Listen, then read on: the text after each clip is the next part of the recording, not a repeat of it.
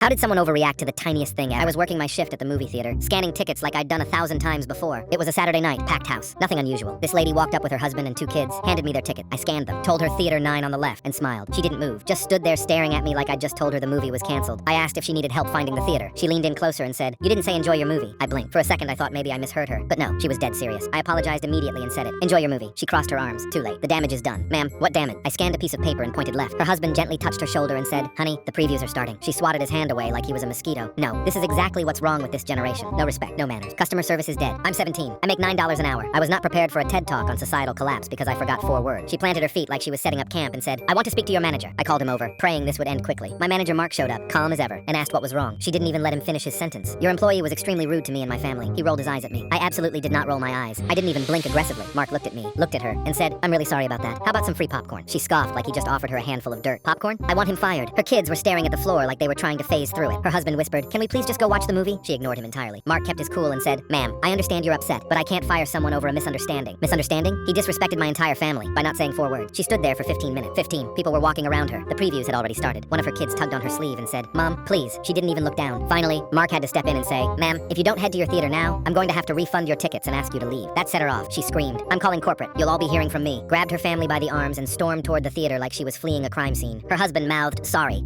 as they disappeared down the hall. I stood there in shock. Mark just shrugged and said, "Some people wake up and choose violence."